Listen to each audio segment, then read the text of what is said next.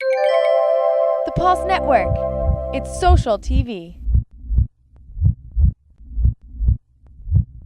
Let's check out the morning rage for this Tuesday morning, July 27th. Normally we talk about Al-Qaeda, it's obviously for no reasons of good or fortune, but this new article over in the Washington Post actually cites a high-ranking U.S. official who remains anonymous, but says that Al-Qaeda is currently on the brink of collapse. Now, they cite the death of Osama bin Laden as the catalyst that really led to the brink of collapse for Al-Qaeda.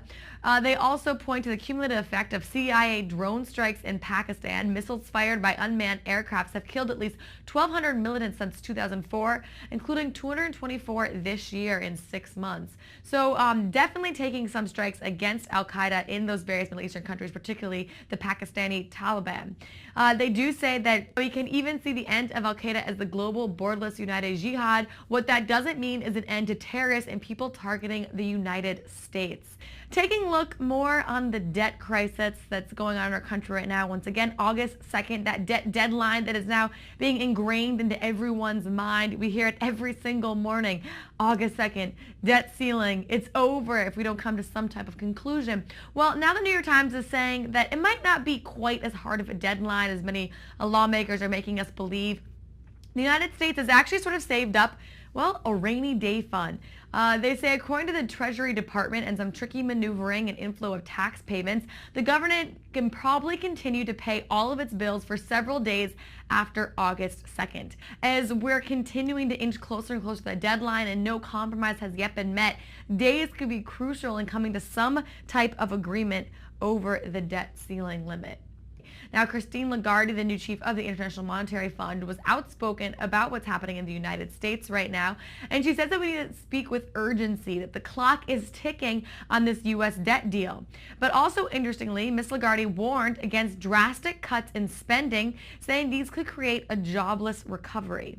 So she definitely has her 2 cents to add to the debt crisis situation. But once again, she has reiterated, as well as many other notable analysts and leading lawmakers and politicians have said, that this is a serious matter that definitely needs to have some type of conclusion, and that clock is visibly ticking right now as we inch closer and closer to that deadline. The lockout is over, and it seems as if in the snap of a finger we went from lockout to full-fledged NFL season.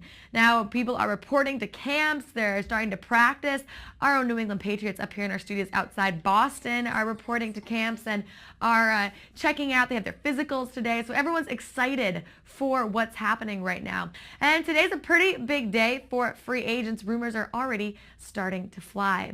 Now, taking a look at some people who are making headlines this morning, in particular, over on the Washington Post Sports, they're taking a look at 2 teams. One, the Baltimore Ravens. They began today by announcing their plan to part ways with longtime veteran contributors Willis McGahee, Todd Heap, Derek Mason, and Kelly Gregg.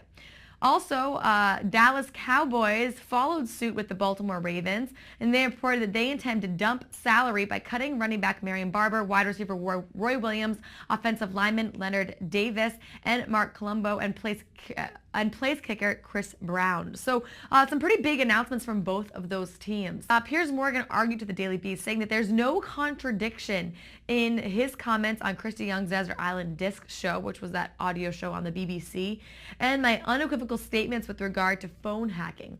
Millions of people heard these comments when I first made them in 2009 on one of BBC's longest running radio shows, and none deduced that I was admitting to or condoning illegal reporting activity. This happened last night. It was the Braves versus Pirates. It was the bottom of the 19th inning. 19 innings. Clearly the umpire probably was a little tired, wanted to go home. Braves are coming in, and I mean, he's not even at the plate. You think he regrets it now, though? What's going through his mind right here? He probably just saw his hotel bed, got a little tired, 19 innings. I mean, I don't even blame you. The Braves must almost feel bad for eking out that win, though, over the Pirates after they see that their player, I don't think he ever touched home. I mean, his foot's nowhere near it. Oh well. Jerry Meals, at least you are serving to be the butt of many, many jokes today. The Pulse Network. It's social TV.